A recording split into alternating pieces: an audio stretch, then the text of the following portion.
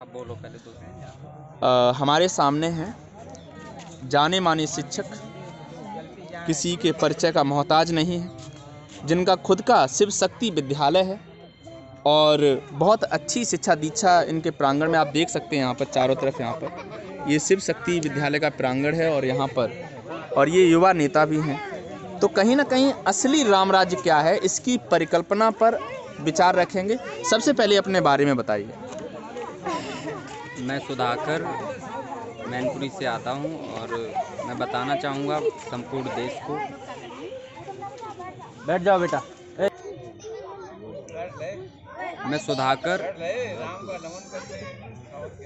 बताना चाहूँगा कि संपूर्ण देश में किस चीज़ की ज़रूरत है, किन चीज़ों को लेकर देश को आगे बढ़ना है, तो कुछ चीज़ों पे हम चर्चा करते हैं। राम राज्य का मतलब है कि वह राज्य जिसमें शांति हो, ज्ञान की धाराएं बह रही हों और सब लोगों में समानता और किसी में भेदभाव ना हो, सभी में प्रेम का प्रकाश फैल रहा हो और शिक्षा सभी को समान मिल रही है। आज हम देखते हैं पूरे के पूरे समाज में और आने वाले भविष्य को जब हम देखते हैं तो एक बहुत बड़ी समस्याएं आगे आने वाली हैं। एक बहुत अमीर होगा और दूसरा बहुत ही गरीब होगा। ये जो दोनों के मध्य में जो गैप है, ये बहुत विकट मात्रा में, बहुत विशाल मात्रा में बढ़ता चला जा रहा है और एक समय ऐसा आ जाएगा कि छोटे तबके के जो लोग हैं, मध्यम वर्ग के जो लोग हैं, ये अपनी बात भी नहीं रख पाएंगे और ऊपर वाले लोग वो जो चाहे जैसे चाहे, कहते हैं ना कि अपनी शक्तियां मैंने अगर किसी व्यक्ति को दे दी तो जब तक वो सही प्रयोग कर रहा है उसको तो ठीक है, लेकिन ये नहीं कह सकते कि कब वो दुरुपयोग करने लगे उन शक्तियों का। इसलिए हमें जागना होगा, हमें समझना होगा इस चीज़ को कि वास्तविक राम जो है, राम की परिभाषा है वो क्या है।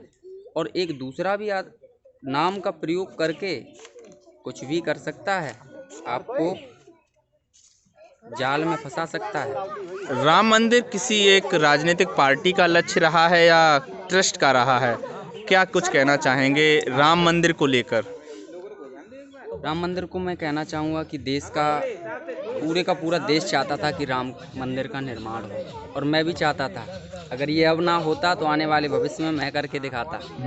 मैं भी बचपन से हर घर में राम की तस्वीरें हम देखते हैं और जब मैं छोटा था तब मैं सोचता था कि राम क्या हैं, क्या नहीं हैं, ये क्या हैं, ये भगवान क्यों हैं। ये गहराई में जब अध्ययन करते थे तो मैं वास्तविक जब बाद में आभास हुआ कि वास्तविक एक ऐसा व्यक्ति और धीरे धीरे कर्तव्य के पथ पे चलते हुए भगवान का रूप बन गए। राम राज्य की अवधारणा क्या मानते हैं आप? किस तरह का शासन होना चाहिए जो राम राज्य को जो है?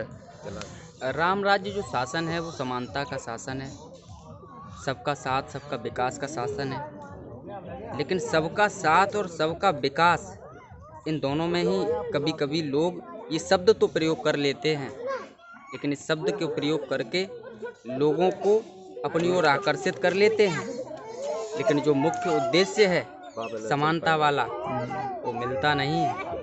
इसलिए हमेशा जागरूक रखना होगा। दिल्ली में आम आदमी पार्टी के माननीय अरविंद केजरीवाल की सरकार के बारे में क्या कहना चाहते हैं? आम आदमी पार्टी कहते हैं कि हम भी आम, जो बात कर रहा है हमसे जो पूछ रहे हैं वो भी आम,